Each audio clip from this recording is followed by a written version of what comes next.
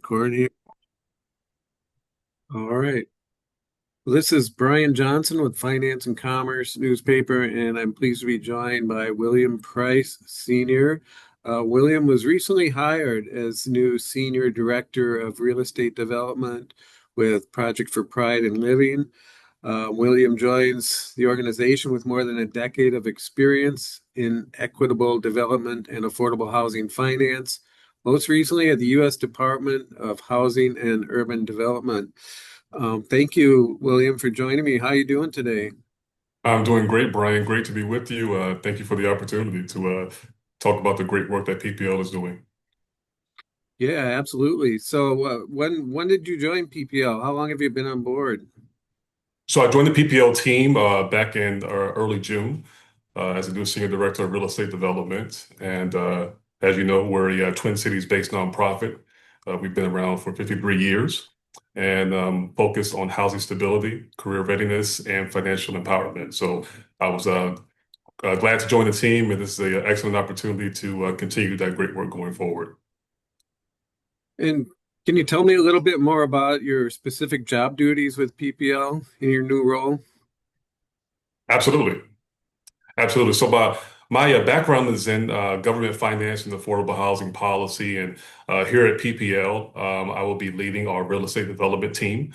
And that will include our real estate development portfolio, working to create new development projects and also evaluating funding opportunities for our existing projects.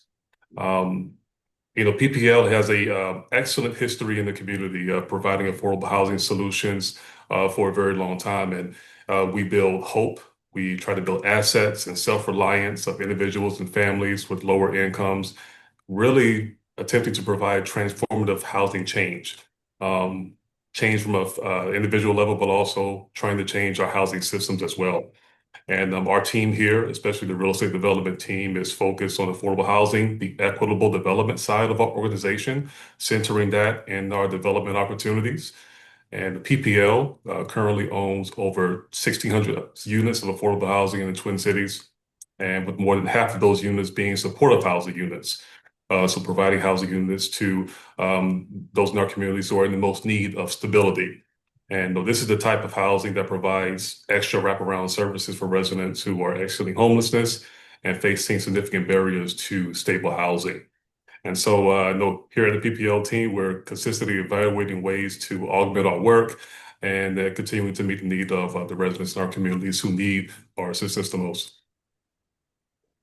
Yeah, it's not the easiest time in the world to develop housing of any type, especially affordable housing. What do you see as some of the challenges and opportunities out there, and what's been kind of overall, it's been kind of a soft market for, construction of new multifamily housing this year. But what do you see as some of the challenges and opportunities out there? It's great that you put it in that framework, Brian, of challenges and opportunities.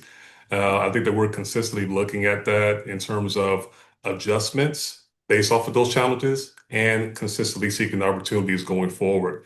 From a challenges perspective, I would be remiss if I didn't, mention the potential effects of federal legislation, specifically on some of the deeply affordable units and the our tenants that call those units home. Our resident services teams, property management teams do an excellent job of creating a sense of home. And so I would be remiss if I didn't mention that there's certainly a lot of anxiety out there, and we acknowledge that, and we certainly stand at the ready to continue to meet the needs of our tenants going forward. From an opportunity perspective, kind of using the recent federal legislation as a framework, that there are certainly opportunities in that legislation as well that we hope to capitalize on to continue to provide housing solutions here in the Twin Cities. The expansion of the low-income housing tax credit, and specifically the reduction of the 50% test for tax-exempt bonds are housing policies that advocates across the country have been pushing for quite some time. And so using that federal legislation as a framework of, we're always seeing what do we have to adjust to continue to meet the needs of the individuals and families that call our properties home. But how can we capitalize off of those opportunities to be able to provide more housing? From a state perspective, I would say that you are correct in terms of the significant cost increases that we've seen. I think whether it's affordable housing, market rate housing, even just the cost of insurance has kind of been a resounding echo across the housing sector in terms of those significant costs. But we're really fortunate here in Minnesota that out of our other state partners, our state legislature, even through multiple governorships and sometimes even through a divided legislature, has consistently framed affordable housing as a priority. Whether you're in Warroad, Jackson, or even here in the Twin Cities, affordable housing has been consistently identified as a dire need in our state. And there are a host of resources available here in Minnesota that aren't available in other states, specifically state appropriated resources that are available from the Capitol that do excellent work and that PPL that we have used as well to fill those gaps in our capital stack when we're developing affordable housing. So lots of opportunity, certainly lots of challenges, but we're consistently navigating both to continue to augment our work going forward. And certainly a lot of need out there, just in the not only in the Twin Cities, but throughout the state of Minnesota, right? Absolutely. Indeed. Yes. I think I've seen where we're 100,000 homes short or something like that of the what we need out there. And Yes. can you talk about any specific projects that you have going on right now that to help meet some of the needs out there, whether in the Twin Cities or outstate Minnesota? Absolutely. This is a very exciting time here at PPO, Brian. We have three projects that will be closing and opening by the end of this year. And I'll speak on all three, but I think two of those projects really exemplify how we embed equitable development frameworks within our overall real estate approach. Um, just to give some context, I like to think of equitable development from a duality perspective. And the first side is instead of a developer coming into a community or a city and saying, "No, this is what you need," really having an intentional conversation with the community, and specifically those in the community that have been historically impacted by housing disparities, and seeking what type of housing options would best serve that community. That was really exemplified in the east side of St. Paul, where we are about 60% done with a new project called the Williams, and that is affectionately named after our former CEO here, Mr. Paul Williams, who has a deep family roots in the east side of St. Paul. We had a significant community outreach strategy in the east side of St. Paul, where we were working with various different partners to come to the table with the community and really see what type of housing options would benefit the community. From those multiple conversations, PPL identified the need for very large units, and that is a very diverse community. Many of those community members have what's called grand families or kinship families, where multiple individuals are living in the same familiar household. And so, in that specific project, it has a significant amount of 4 and even 5 bedroom units. Something that, whether it's affordable or even market rate, is very, very unheard of. So we're extremely proud of our community-based approach to have a new housing coming online that involve the community and even the community having a seat at the table in the design process of that project. The Hmm. other side of equitable development is looking at how do we ensure that we have diverse participation in the development process with our projects. And a project on Lake Street and Nicollet Avenue here in Minneapolis really exemplifies that. The former site of the Wells Fargo that unfortunately became infamous after the murder of George Floyd. We are building 110 units of new housing there. That project is called Opportunity Crossing. And within that project, there was intentionality in terms of who we're partnering with to bring new opportunities to that site. We're partnering with Weiss Builders, and Weiss Builders has a deep partnership with Tri Construction, which is a BIPOC-led general contractor firm that does amazing work. Our architect of record is designed by Mello, which is a BIPOC and woman-led architecture firm. Both of those entities are extremely experienced and experts in multifamily housing. And also within that project, in terms of how do we look at equitable development from the front end, from diverse participation, there's also a wealth building aspect in that project as well, where we have 14,000 square feet of commercial space. Well, new Wells Fargo branch will be on the first floor, along with condo spaces where new BIPOC entrepreneurs will actually own the space of their new businesses. So excellent work that PPL has been doing for quite some time. In my interview here, Brian, I said that, PPL was doing equitable development before the term was really embedded in the housing ecosphere. And these two projects really exemplify that intentionality and the great work that we're continuing to do. The last project, I'll just mention as well that we're extremely excited about is called Simpson Community Shelter. Um, Getting back to PPL is really embedded in the community, providing supportive services housing. That is a project where we're partnering with Simpson Housing Services, where they are providing shelter housing on the first two floors, and we're providing permanent supportive housing on the upper floors of a project in Minneapolis.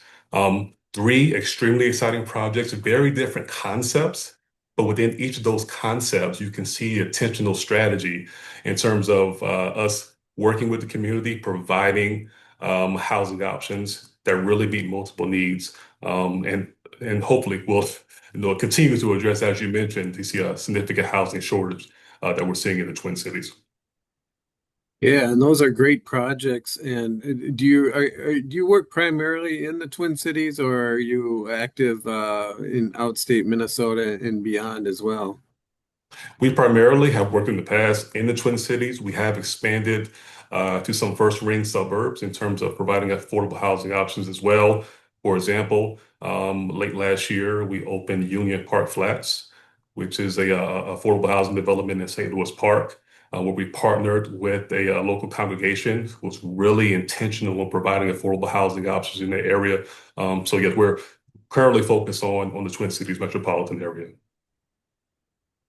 Great. Well, what else can you tell us about your background in real estate and your journey in this to PPL? You mentioned before that you've worked for HUD and for Yes, Minnesota Housing, I believe. correct. Tell us about those experiences. Indeed, well, my background is in government finance and affordable housing policy. And as you mentioned initially, prior to PPL, I was with the U.S. Department of Housing and Urban Development on their asset management team. Here at the Minneapolis office, we affectionately call that team the Trouble Team, specifically because we were working with some of the most distressed assets in the U.S. portfolio in Minnesota and Wisconsin. And an amazing team there that does outstanding work of meeting the needs of deeply subsidized projects across Minnesota and Wisconsin. Before HUD, I managed several capital finance programs with the state of Minnesota at Minnesota Housing.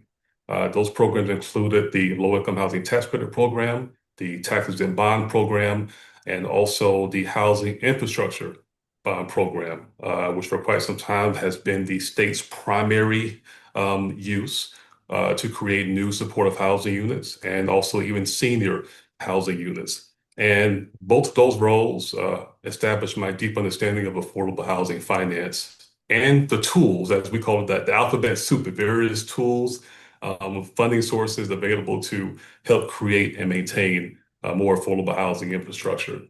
And my experience has also been further affirmed with the importance of equitable development and using that as a lens for affordable housing.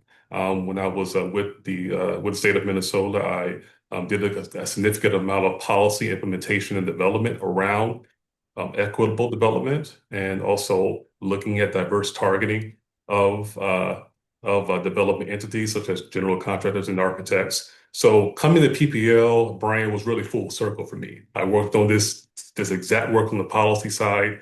Here I am on the development side, looking to to augment and keep that work going forward.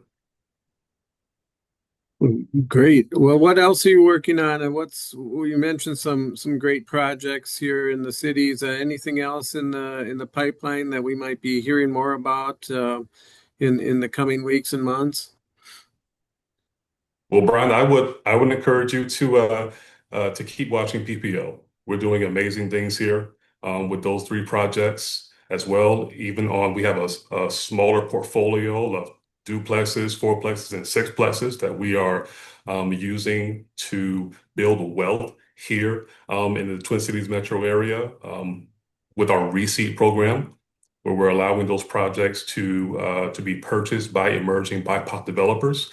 Um, Putting individuals who really want to get into development, putting individuals on the track to own affordable housing. As you know, affordable housing is complicated. Managing those assets is very complicated. But here us, giving opportunities for those projects to be purchased, but also walking emerging developers through the process of how to make those properties sustain themselves going forward. We're excited for that program. Hmm. And I would encourage our finance and commerce partners to keep watching us. We're doing amazing work here, and it certainly will continue. Yeah, I'd love to hear more about that when you're at a point where you can share more, and we'd Yes, be happy to follow up on that. You're also, I see that you're on the Burnsville Economic Development Commission. correct. Tell Yes. tell us about that. What are you working on in that capacity? You know, the pathway to homeownership for me, and I know in 2021, my wife and I, we purchased our first home in the city of Burnsville. We absolutely love the community, but that was really a full circle moment for us. I first learned about affordable housing via being a tenant in an affordable project. And when my wife and I were kind of fresh out of school, fresh out of college, little job prospects, we were looking for a place to call home, a place that was affordable, but somewhere where we could, continue to grow.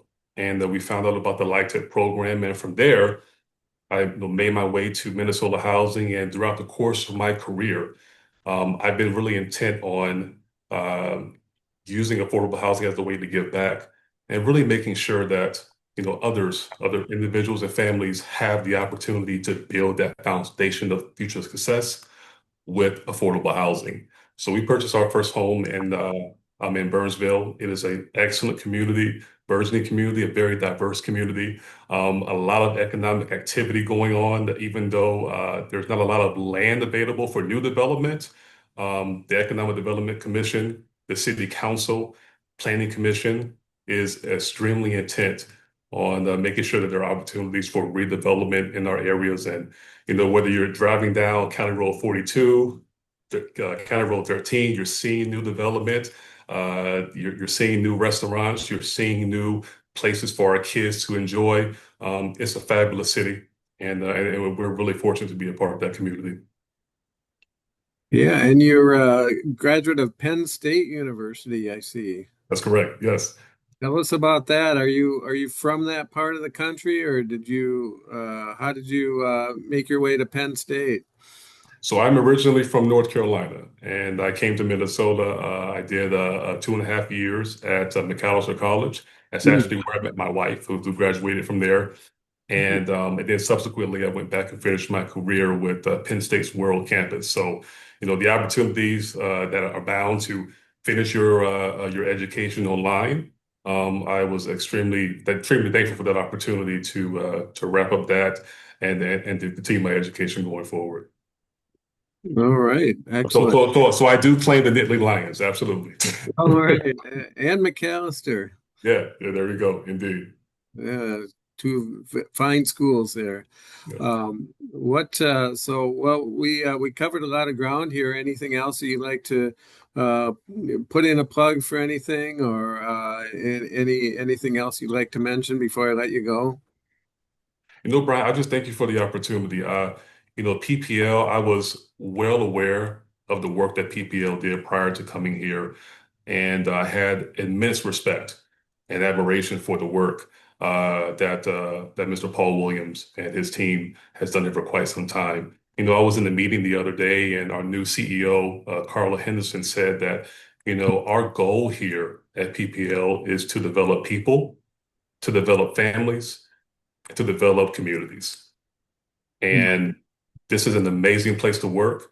There are so many passionate housing experts here at PPL, and joining this team, coming here every day, there is a wonderful energy here in this place to tackle those difficult issues. And affordable housing is not for the faint of heart. Affordable Mhm. housing is difficult, Mhm. but for 53 years, we've been doing amazing work. And we're looking forward to another 50 years of doing that amazing work as well. And I look forward to contribute to that here on our real estate development team. Well, great. Well, thank you for joining me, William, and congrats on your still relatively new position with PPL. They're certainly lucky to have you, and appreciate your time. Hope we can stay in touch. Absolutely, Brian. I look forward to it. Thanks so much for the All right. opportunity. Thank you. Take care. Take care. Bye bye. Bye.